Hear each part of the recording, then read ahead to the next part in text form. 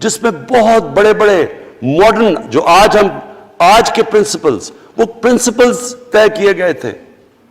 وہ ریاست بنی تھی، اور وہ ریاست ایک ماڈل ایسا تھا کہ اس کے بعد ایک جن کو کوئی جانتا ہی نہیں تھا، ایک قوم، ایک عرب قبیلوں میں تقسیم ہوئی قوم جس کی حیثیت ہی کوئی نہیں تھی، ان اصولوں کے اوپر چلتے ہوئے یہ دنیا کی تاریخ کا معجزہ ہے جو ہوا اس کے بعد. یہ میں نے شفقت محمود کو کہا بھی ہے کہ ہمارے بچوں کو ہر سکول، چاہے وہ انگلش میڈیم، چاہے اردو میڈیم، چاہے دینی مدرسے، سب کو 8، 7، 8 اور 9 کلاسز میں باقاعدہ سبجیکٹ پڑھائیں کہ نبی صلی اللہ علیہ وسلم کی جو زندگی تھی اور جو مدینہ میں کیا وہ کیا تھی.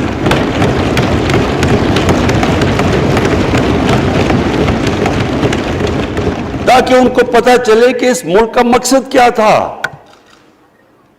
بڑے لوگ جو پاکستان نہیں چاہتے تھے وہ کیا کہتے تھے؟ وہ کہتے تھے کہ پاکستان تو بن گیا تو آپ نے تباہ، جو مسلمان ہندوستان میں رہ گئے ان کو آپ نے سیکنڈ کلاس سٹیزن بنا کے چھوڑ دیا. آج بیچارے مسلمانوں سے کیا ہو رہا ہے وہاں؟ تو وہ لوگ کہتے ہیں کہ اگر پاکستان نہ بنتا تو مسلمانوں کی زیادہ طاقت ہونی تھی. ایک ہندوستان میں اس طرح مسلمانوں کا برا حال نہیں ہونا تھا جو آج ہے. یہ ایک آرگیومنٹ دی جاتی ہے. اور اگر ہم پاکستان کو جس مقصد کے لیے بنا تھا اگر ہم ادھر نہیں لے کے جائیں گے تو وہ ٹھیک کہہ رہے ہیں. یہ تو نہیں تھا کہ وہاں ٹاٹا برلا تھے جو اربوں پتی اور یہاں یہ شریف اور زرداری اربوں پتی بن جائیں. اس لیے تو نہیں پاکستان بنا تھا. یہ ایک بڑی ہمیں ری الائن کرنا چاہیے اپنے نظریے کی طرف. ہمیں اپنا رخ چینج کرنا چاہیے واپس کہ یہ بڑا عظیم خواب تھا پاکستان کا. اور وہ جو تاریخ تھی، وہ جو اصول انہوں نے سیٹ اپ کیے، جن لوگوں کی حیثیت ہی نہیں تھی، یہ تاریخ کا حصہ ہے کہ اس کے بعد انہوں نے دیکھتے دیکھتے 15، 20، 30 سالوں کے اندر دنیا کی امامت کی. صرف امامت ہی نہیں کہ وہ تو منگولیوں نے بھی دنیا بڑی جلدی سے فتح کر لی تھی. چنگیز خان نے بھی بڑی جلدی اس کی فوجوں نے فتح کر لی تھی. 100 سال کے بعد وہ ختم ہو گئے تھے. انہوں نے ایک دنیا کی عظیم سیولائزیشن، جو ٹاپ سائنٹسٹ تھے، سارے دنیا کے ٹاپ سائنسدان، ایک عظیم کلچر. اور سب سے بڑی بات جو میں یہ کہنا چاہتا ہوں، انہوں نے اخلاقیات، ایک مورل سٹینڈرڈ سیٹ کی دنیا میں. جب مسلمان گئے انڈونیشیا اور ملیشیا، وہاں تو کوئی مسلمان کی فوج نہیں گئی، وہاں تو کوئی تلواروں سے نہیں فتح کیا. مسلمان تاجروں کا وہاں کردار دیکھ کے لوگ حیران ہو گئے کہ یہ کون لوگ آئے ہیں جو بالکل ان کی مورالٹی ایسی، نہ وہ کوئی دغا بازی کرتے تھے، نہ وہ کوئی دھوکہ دیتے تھے، اپنی زبان پہ کھڑے ہو جاتے تھے. لوگ ان سے امپریس ہو گئے کہ کون سی قوم ہے. دیکھیں اسلام ہم غلط فہمی میں ہیں، یہ سمجھتا ہے کہ جی تلوار سے اسلام پھیلا تھا. اسلام پھیلا تھا کہ وہ ایک انسان کے کیریکٹر کو ریفارم کرنے آیا تھا. ہم جب اللہ سے مانگتے ہیں، ہم نماز میں ایک ہی چیز مانگتے ہیں کہ اللہ ان کے راستے پہ لگا جن کے تو نے نعمتیں بخشی، ان کے نہیں جو غلط تباہی کے راستے پہ چلے گئے. صرف نماز میں ہم یہ چیز مانگتے ہیں، ہر روز ہم پڑھ کے یہ مانگتے ہیں. یہ 2 راستے ہیں، ایک ہے تباہی کا راستہ، ایک ہے عظمت کا راستہ. نعمتیں کس کو بخشی؟ اللہ کے پیغمبروں کو. اور جو دنیا کا سب سے عظیم انسان، جو دنیا کا سب سے عظیم لیڈر، جس کو اللہ نے سب سے زیادہ نعمتیں بخشی، ہمارے نبی صلی اللہ علیہ وسلم. نہ کبھی اس طرح کا انسان آیا ہے، نہ کبھی آ سکتا ہے. تو ہمیں راستہ بتایا کہ ایک ان کا راستہ ہے اور ایک دوسرا راستہ ہے، تباہی کا راستہ ہے. اور وہ جو ان کے راستے پہ چلتا گیا وہ ایک عظیم انسان بنتا گیا. ایک کتاب ہے، میں اپنے لوگوں کو ریکمینڈ بھی کرتا ہوں کہ دی عرب کانکویسٹ، وہ پڑھنے والی کتاب ہے. اس میں بتاتے ہیں کہ جب مسلمان ایک دم دیکھتے دیکھتے دنیا میں پھیل گئے تو کوئی ایک آدمی نہیں تھا. ایک تو بڑے عظیم سپہ سالار تھا خالد بن ولید، لیکن وہ جو بھی بنتا تھا وہ جنرل عظیم بن جاتا تھا. وہ اس کتاب کے اندر لکھی انگریز نے ہے. وہ کہتے ہیں اس کی کوئی ایکسپلینیشن نہیں ہے کہ یہ کیسے ساری دنیا پہ چھا گئے. نہ ان کے پاس کوئی لیٹسٹ ویپنز تھے، ایک طرف رومنز تھے، دوسری طرف پرشینز تھے، وہ تو سپر پاورز تھے، ہتھیار تو ان کے پاس تھے. نہ ان کے پاس ہتھیار، نمبرز میں بھی وہ زیادہ تھے، ان کی فوجیں بھی زیادہ تھیں، لیکن وہ ساری دنیا پہ پھیل گئے اور ایک ایسا سویلائزیشن بنا کہ زیادہ تر تو مسلمان نہیں تھے، وہ بھی ان کو مانتے تھے، کیونکہ ان کی اخلاقیات، ان کا عدل اور انصاف کا نظام، ان کا کیریکٹر، اس کی وجہ سے لوگ آئے ہیں. یہاں جو ہندوستان میں اسلام پھیلا ہے، یہ ہمارے جو بڑے بڑے بزرگ تھے، داتا صاحب، بلے شاہ، نظام الدین اولیاء اور بابا فرید، یہ لوگ تھے. ان کو لوگ دیکھ کے، ان کے کردار سے، ان کے انٹلیکٹ، انسانیت سے لوگ مسلمان ہوئے. تو ہم آج، میں جو یہ سینٹ الیکشن ہوا ہے، میں اپنی قوم کو یہاں، یعنی مجھے شرمندگی ہوتی ہے اسپیکر صاحب کہ ہم وہ کدھر وہ خواب اور کدھر بکرا منڈی بنی ہوئی ہے ایک لوگوں کو خریدنے کے لیے سب کے سامنے. یعنی ہمیں ایک مہینے سے پتا تھا کہ پیسہ جمع کیا جا رہا ہے اس سینٹ الیکشن میں، اور مجھے حیرت ہوئی کہ الیکشن کمیشن کہتا ہے کہ جی یہ تو پتہ نہیں کوئی ہم آزاد انسٹیٹیوشن ہے یا میں ان کی کوئی آزادی کے اوپر لے رہا تھا، یا جی بڑا زبردست الیکشن. اچھا کہتے جی بڑا اچھا الیکشن کروایا. یہ مجھے اور اس سے تو مجھے اور صدمہ ہوا ہے کہ اگر یہ الیکشن اچھا آپ نے کروایا ہے تو پتہ نہیں برا الیکشن کیا ہوتا ہے.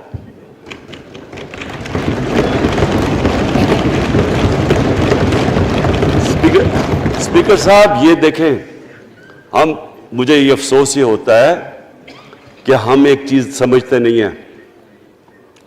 ہم کہتے ہیں نا جی ہمارے معاشی حالات بہت برے ہیں.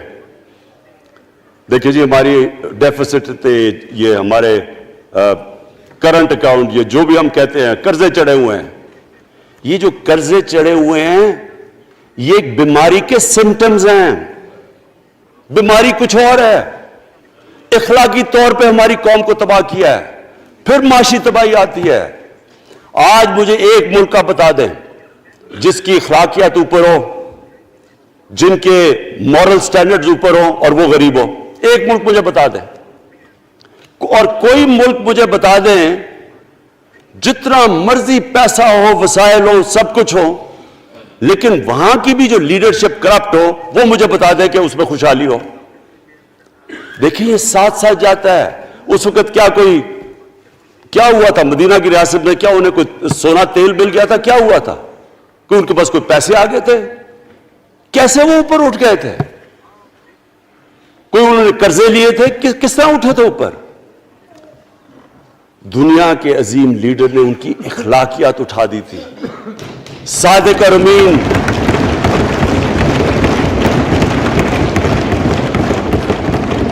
ایک قوم، انہوں نے ہمیں بتایا. ہمیں قرآن میں اللہ حکم کرتا ہے کہ ان کی سنت پہ چلو. اللہ جب ہمیں کہتا ہے ان کی سنت پہ چلو، کیا ہم اللہ کو کوئی فائدہ پہنچا سکتے ہیں؟ ہماری بہتری کے لیے کہتا ہے. قرآن شریف میں سب کچھ ہماری بہتری کے لیے اللہ نے، یہ تمہارے لیے بک آف گائیڈنس ہے ہمیشہ کے لیے، اور یہ ہماری بہتری کے لیے ہے. تو وہ جب ہمیں کہتا ہے کہ نبی صلی اللہ علیہ وسلم کے راستے پہ چلو، وہ ہماری بہتری کے لیے کہتا ہے. اور میں جس نے اس عمر میں ساری دنیا دیکھ لیا ہے، اسپیکر صاحب میں آپ کو بتاؤں، مجھے تکلیف ہوتی ہے دیکھ کے. جب میں یہ مغربی ملکوں میں جاتا ہوں، اسکینڈینیویا میں، سوئٹزرلینڈ میں، آپ وہاں کے اخلاقی سٹینڈرڈز دیکھیں، ان کی مورل سٹینڈنگز دیکھیں، شرم آئے گی آپ کو کہ جو ہمارے ملک میں ہو رہا ہے. اور یہ جو سینٹ کا الیکشن ہوا ہے، آپ کو افسوس ہوگا کہ ہم وہ کس کی امت ہیں ہم؟ کس کی امت ہیں؟ کس کے نام پہ پاکستان کا مطلب کیا؟ لا الہ الا اللہ، اس پہ یہ ہمارا ملک بنا تھا۔ اور آج دیکھیں ایک کرپٹ آدمی، دنیا میں ثابت کیا ہوا کرپٹ آدمی آصف زرداری، دنیا میں اس کے اوپر لکھا ہوا کہ مسٹر 10%، مضمون لکھے ہوئے ہیں، فلمیں بنی ہوئی ہیں اس کے اوپر، اور اس ملک میں لوگ کہیں جی ایک زرداری سب پہ بھاری، کیا کہ وہ رشوت دیتا ہے اس لیے سب پہ بھاری ہو گیا؟ کیا یہ ہمارا ملک؟ دوسری طرف دیکھیں، دوسری طرف یہاں بیٹھے ہوئے ہمارا لیڈر نواز شریف، اور نواز شریف ایک ڈاکو، ملک کو 30 سال سے لوٹ کے ملک سے باہر بھاگا ہوا ہے، جھوٹ بول کے باہر بھاگا ہوا ہے، سارے ملک کے سامنے ہمیں کیبنٹ میں ہم نے 6 گھنٹے میں بتایا جی اس کو یہ بھی بیماری ہے، اس کو یہ بھی بیماری ہے، اس کو یہ بھی بیماری ہے، وہ جہاز پہ بھی نہ چڑھ سکے، وہ شاید مر جائے گا۔ شیرین کے آنسو آ گئے کیبنٹ میں، اور شیرین کے آنسو آنے آسان کام نہیں ہے اسپیکر صاحب۔ تو ہم نے اس کو وہاں جیسے وہ جہاز پہ چڑھا، جیسے وہاں گیا وہ ایک دم ہی تبدیل، اور آج وہاں جا کے تقریریں کر رہا ہے، وہاں بیٹھ کے اسکیمیں کر رہا ہے، وہاں بیٹھ کے پلاننگ کر کے جی اسے اتنا پیسہ دو، ادھر پیسہ کھلاؤ۔ ساری ان کی ایک کوشش ہے، جب سے ہم 2.5 سال سے حکومت آئی ہے، یہ سارے بڑے بڑے ڈاکو اکٹھے ہو کے یہ سمجھ رہے ہیں کہ عمران خان کو کرسی کا اتنا شوق ہے کہ اس کے اوپر اتنا پریشر ڈالو کہ یہ جی ہمیں جس طرح جنرل مشرف نے NRO دیا تھا یہ بھی دے دے گا۔ جنرل مشرف، فوج اس کے نیچے، عدلیہ اس کے کنٹرول میں، ساری میں کیونکہ میں ادھر ممبر پارلیمنٹ تھا، اپوزیشن نہ ہونے کے برابر، جو اپوزیشن کے اندر جو مین آدمی تھا فضل الرحمان، وہ اس کے ساتھ ملا ہوا تھا، وہ 2 نمبر ہمیشہ سے تھا، رائٹ۔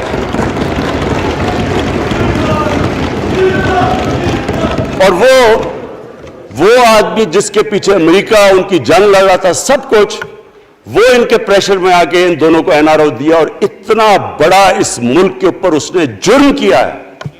ان دونوں نے آ کے NRO لے کے دونوں ہاتھوں سے ملک لوٹا، اس کے بعد دونوں نے اس ملک کے اوپر 4 گنا زیادہ قرضہ چڑھایا۔ اسپیکر صاحب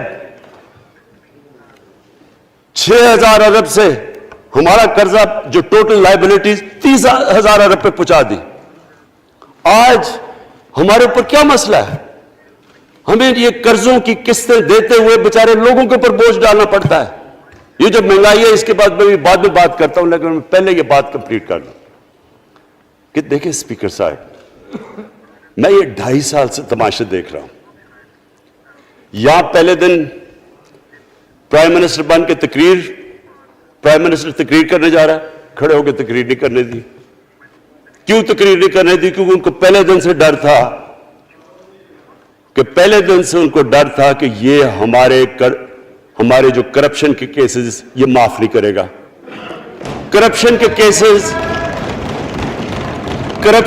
کیسز ہم نے نہیں بنائے تھے اسپیکر صاحب، یہ سارے ان کے دور کے کیسز بنے ہوئے ان کے اوپر۔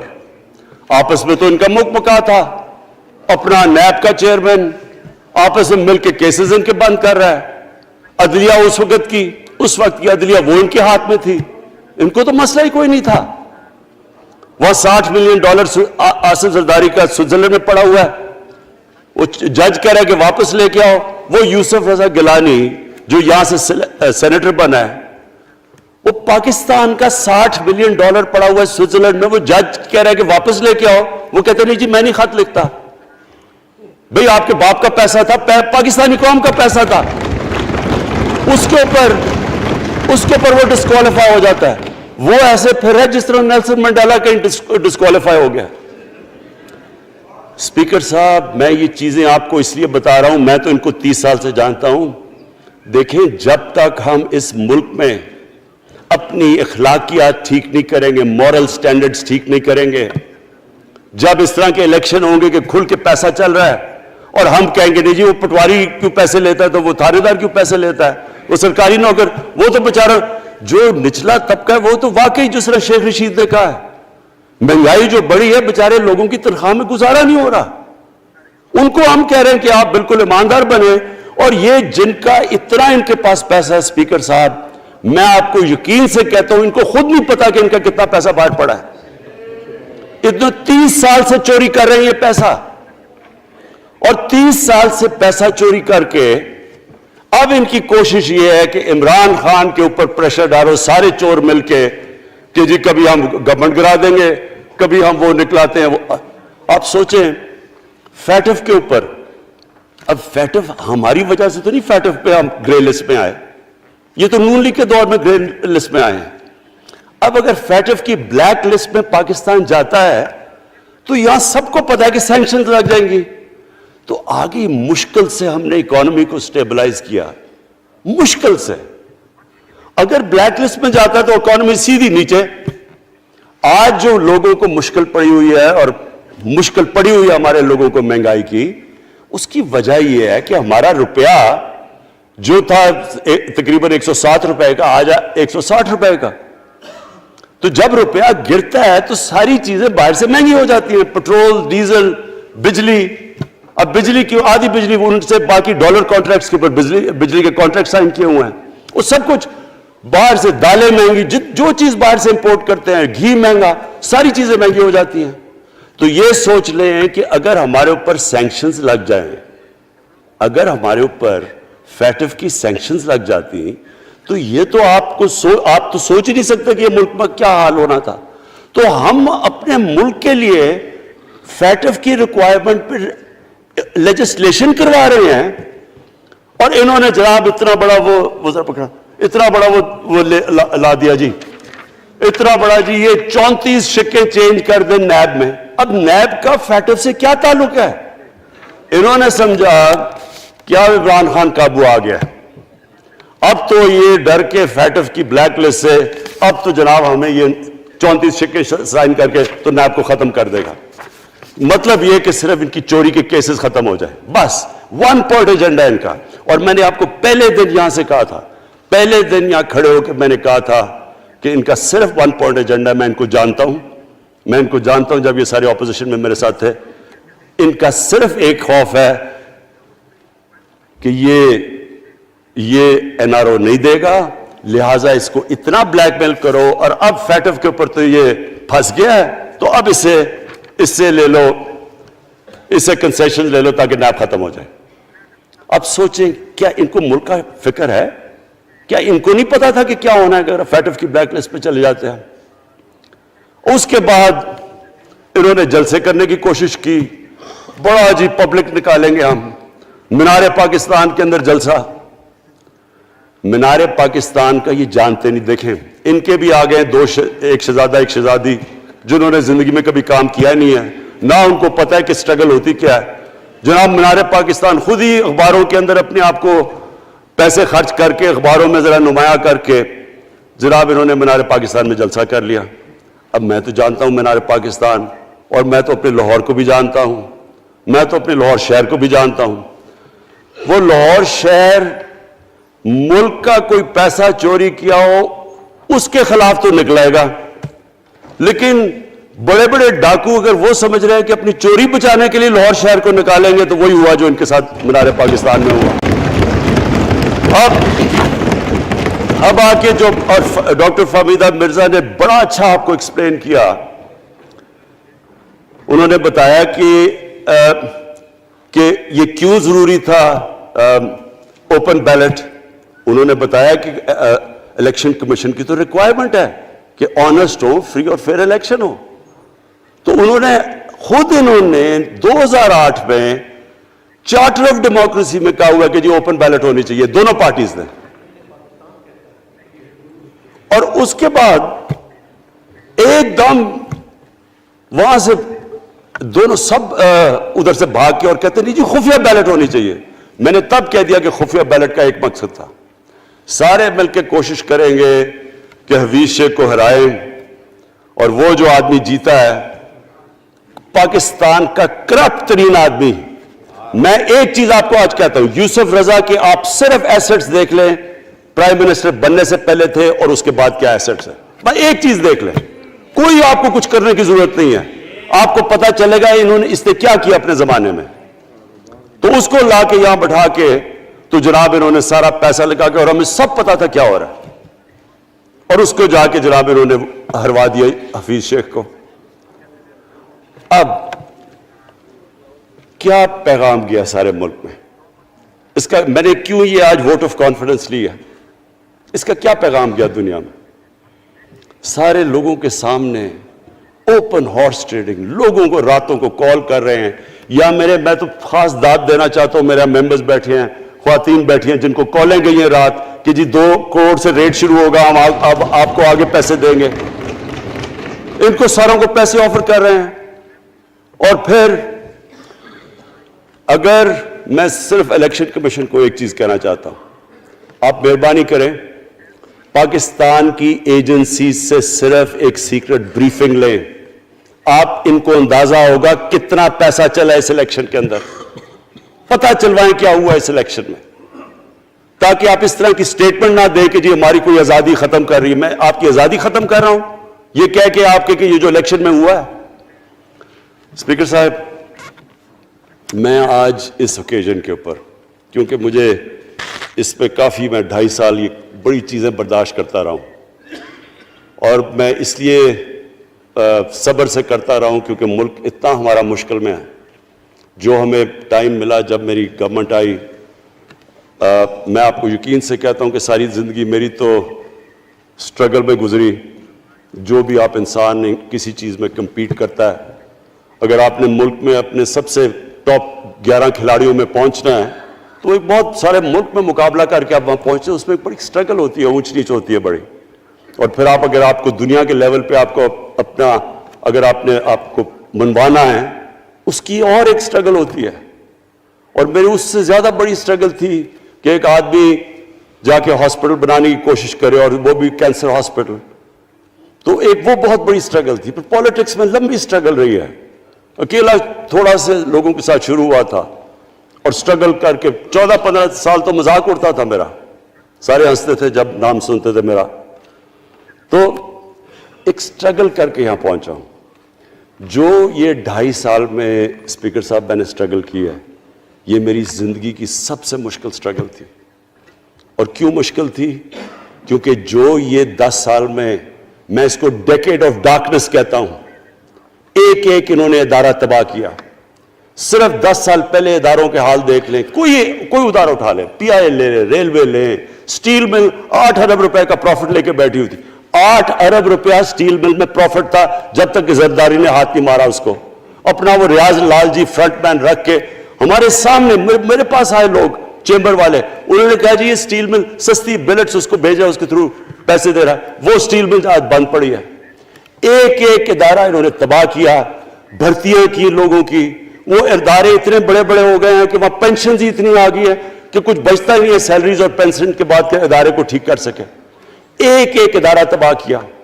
ملک کا سب سے بڑا جو کرنٹ اکاؤنٹ ڈیفیسٹ, جس کے اوپر سارا پریشر پڑتا ہے, اگر آپ کا کرنٹ اکاؤنٹ یعنی کہ ڈالر زیادہ ملک سے باہر جا رہے ہیں اور کم اندر آ رہے ہیں تو پریشر روپے پہ پڑتا ہے, وہ گر جاتا ہے. تو وہ میں آپ کو بتا, جب روپیہ گرتا ہے تو غربت پھیل جاتی ہے ملک میں. تو سب سے بڑا current account deficit, fiscal deficits جو کہ آپ کی آمدنی اور خرچے, وہ بڑا ڈیفیسٹ.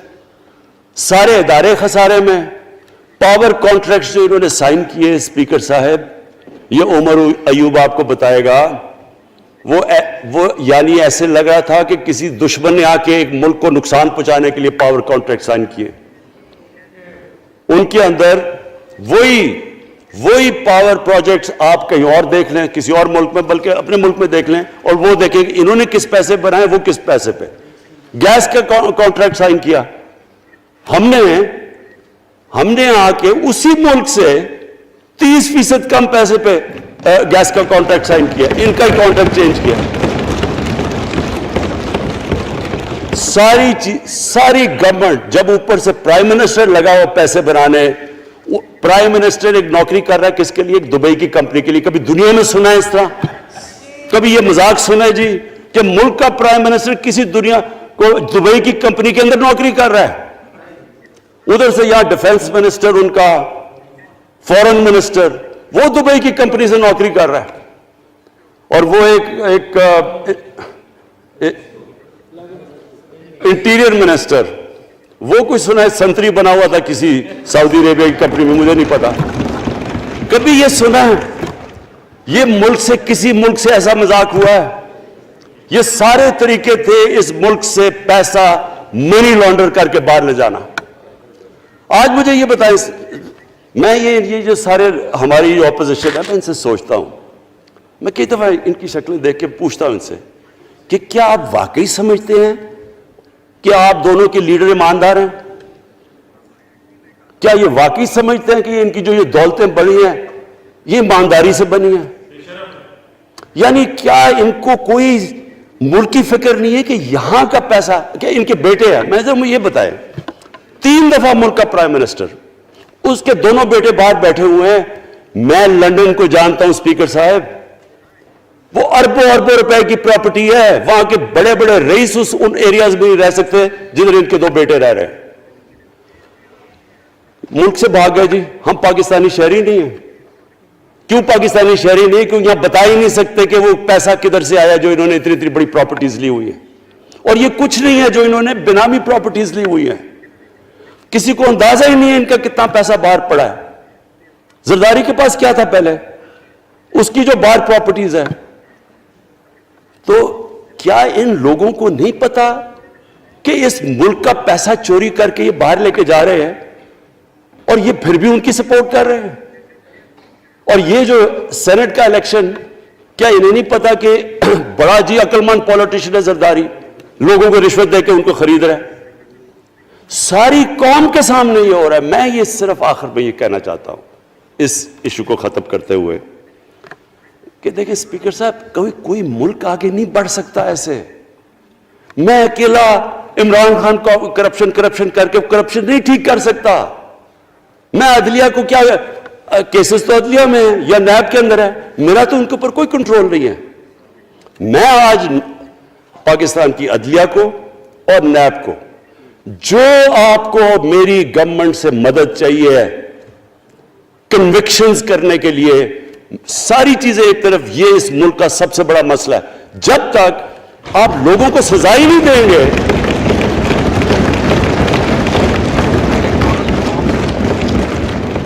جب تک لوگوں کو سزا ہی نہیں ملیں گی.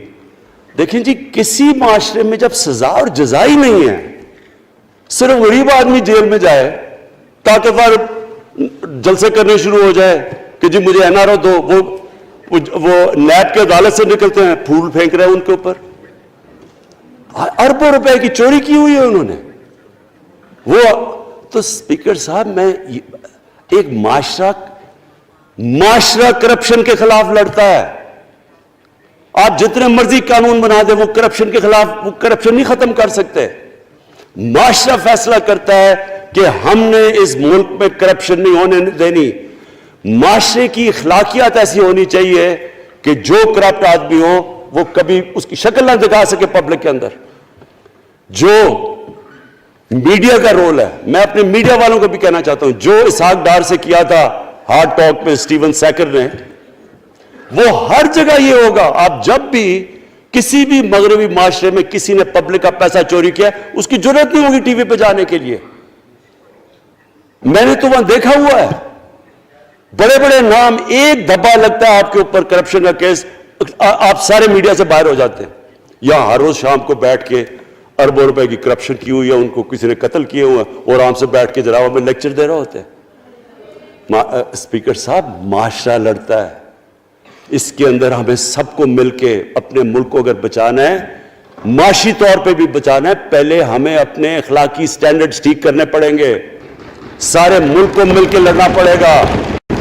اگر ہم نے اپنے بچوں کے مستقبل کو بچانا ہے، اپنی آنے والی جنریشنز کو بچانا ہے، اس ملک کو ایک عظیم ملک بنانا ہے، تو وہ شروع ہوگا جب ہم مدینہ کے ریاست کے سب سے بڑے اصول عدل اور انصاف، کیونکہ انصاف اور عدل جب ایک معاشرے میں آ جاتا ہے، جب ایک معاشرہ کھڑا ہو جاتا ہے میریٹوکریسی کے اوپر، جب ایک معاشرے میں صرف ایک جو کرپٹ جتنا مرضی طاقتور ہو وہ جیل میں جاتا ہے اور عام آدمی اوپر آ سکتے ہیں، وہ معاشرہ تب آگے بڑھتا ہے.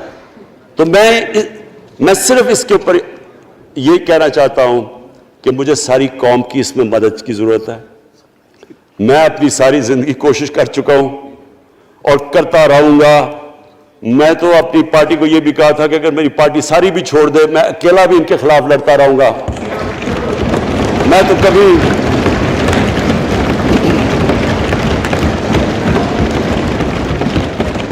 اسپیکر صاحب آخری گیند تک لڑنے والا کیپٹن تھا. آخری گیند تک لڑوں گا, وہ تو کبھی میں ہار مانوں گا نہیں. لیکن یہ وقت آ گیا ہے کہ ملک کو اپنے آپ کو بچانا ہے. آنے والی جنریشنز کو ہم نے بچانا ہے.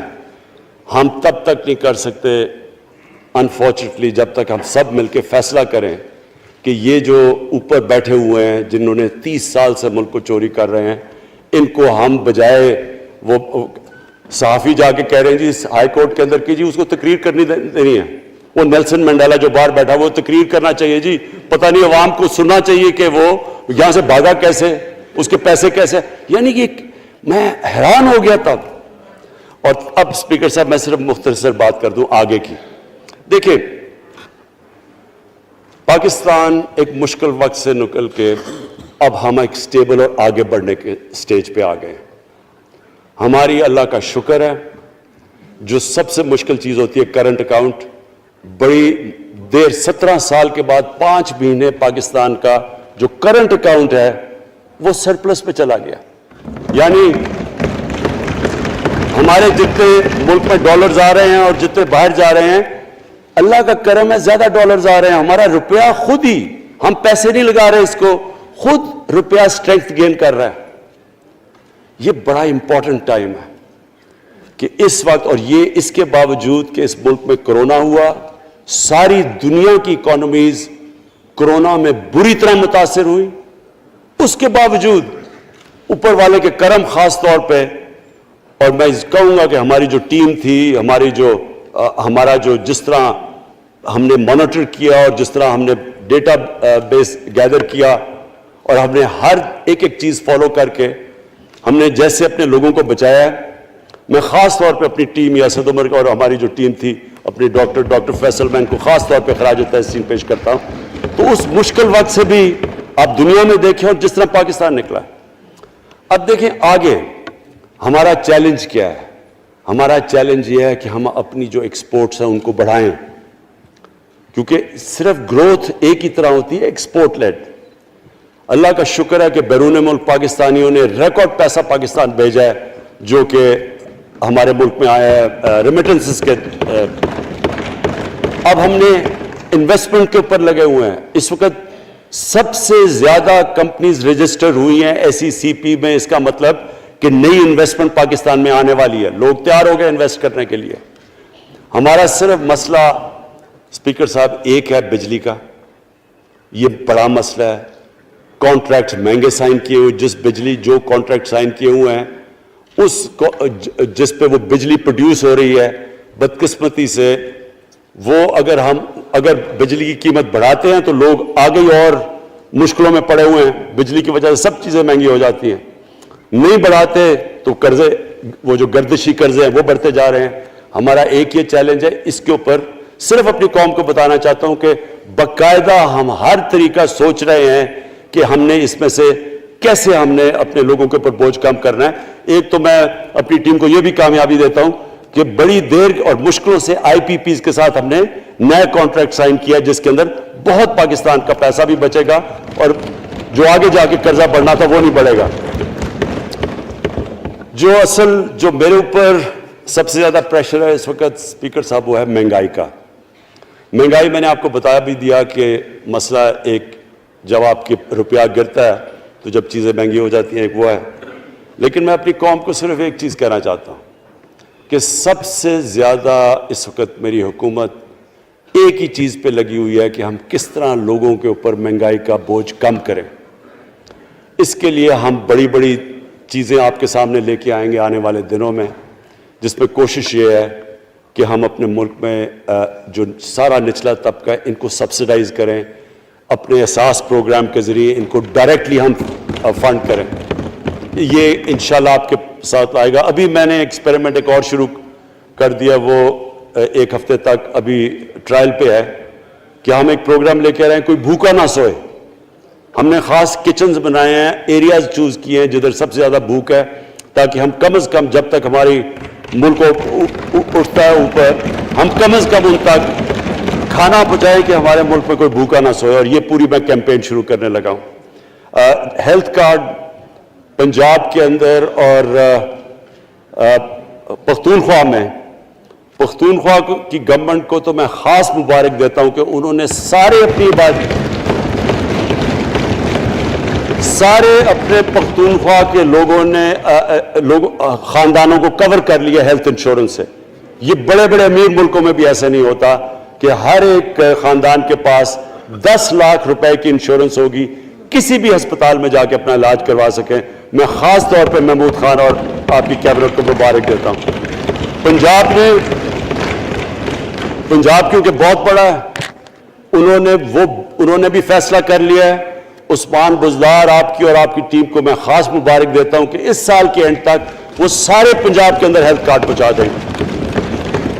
یہ ایک عام آدمی کے لیے سب سے بڑی, کم از کم جیسے جیسے ہم اپنے ملک کو اٹھا رہے ہیں تو کم از کم ہم لوگوں کی بنیادی ضروریات پوری کریں. اور جو کسان ہیں جی, کسانوں کے لیے ایک بڑا زبردست پروگرام لے کے آ رہے ہیں. اس کے اوپر بھی ہمیں بڑا برین سٹارمنگ کی ہے کہ کیسے ہم کسان کی مدد کر سکتے ہیں. پرابلم تو ہمارے پاس یہ ہے نا کہ جتنا ہم پیسہ اکٹھا کرتے ہیں آدھا پیسہ قرضوں کی قسطوں پہ چلا جاتا ہے, تو پیسہ کم بچتا ہے. لیکن ہم نے فیصلہ کیا کسانوں کے اوپر ہم خاص زور دینے لگے ہیں, تاکہ وہ بعد میں بات کروں گا. تو 2 چیزیں اور جی. دیکھیں, میں قوم سمجھتی ہے نا کہ اب ہم کیسے یہ جو قرضے ہمارے اوپر چڑھے ہوئے ہیں ان سے کیسے نکلنا ہے. اس سے صرف ایک ہی طریقہ نکلنے کا کہ ہم اپنے ملک میں دولت کے اندر اضافہ کریں, ویلتھ کریشن کریں. اس کے لیے ہم کیا کرنے جا رہے ہیں؟ اس کے لیے ہم نے میگا پروجیکٹس بنائے ہوئے ہیں. ایک ہے راوی سٹی لاہور, دوسرا اس وقت ایک والٹن کے اوپر ایک ہم بزنس سینٹر بنانے لگے ہیں لاہور کا, وہ بہت میگا پروجیکٹ ہے. اور پھر تیسرا جو ہے ایک جزیرہ بنڈل آئلینڈ کراچی سے تھوڑے 1-2 کلومیٹر کے فاصلے پہ. ان سے یہ کیوں کرنے جا رہے ہیں؟ میں صرف لوگ سمجھیں کہ کیوں. ایک تو یہ ہمارے شہر پھیلتے جا رہے ہیں, جتنا شہر پھیلتا جائے گا نہ آپ ان کو سیوریج دے سکتے ہیں, نہ پانی دے سکتے ہیں, نہ صفائی کر سکتے ہیں.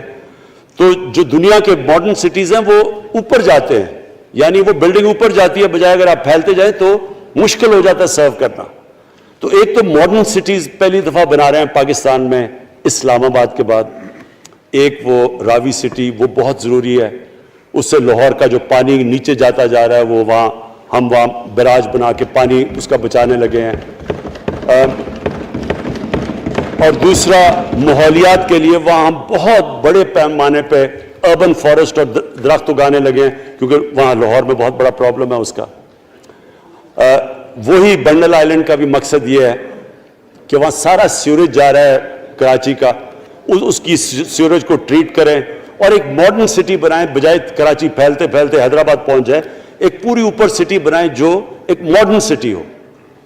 تو لیکن اس کا اصل مقصد یہ ہے کہ اس سے پیسہ جنریٹ ہوگا, اربوں کھربوں روپیہ ہم جنریٹ کریں گے, اور اس پیسے سے ہم پھر یہ قرضے واپس کریں گے. اور دوسری چیز, باہر سے انویسٹمنٹ آئے گی. بیرون ملک پاکستانی جو سب سے بڑا ملک کا احساس ہے, وہ باہر آ کے وہ ان کے اندر انویسٹ کرنے کے لیے تیار ہے, ان بڑے بڑے پروجیکٹس کے اندر. اور جیسے فورن ایکسچینج آئے گا ہمارے ریزروز بڑے ہوں گے, ہمارا روپیہ سٹیبل ہوگا, اور اس سے جو ویلتھ کریشن ہوگی اس سے ہم پھر اپنے قرضے واپس کریں گے. اس کے علاوہ 50 سال کے بعد 2 بڑی ڈیمز بن رہی ہیں. پاکستان کی تاریخ میں صرف 2 بڑی ڈیمز تھیں, اب یہ 2 اور بادشاہ ڈیم اور مومن ڈیم بنا رہے ہیں. لیکن مجھے جو آخر میں بات کہنی ہے اسپیکر صاحب وہ یہ کہ پاکستان کو آگے بڑھنے سے کوئی نہیں روک سکتا انشاءاللہ.